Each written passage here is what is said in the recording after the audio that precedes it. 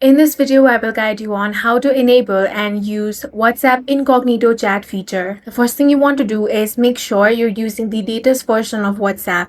To check, you want to head over to Play Store or App Store. Now, tap on the search bar and here search WhatsApp. If you find the update option, tap on that and update the app to the latest version. Now launch open WhatsApp.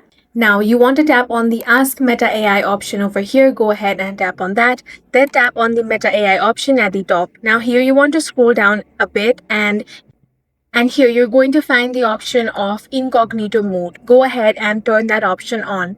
Once it is on, you can simply head back. Now some users might not see it because this feature is rolling out gradually.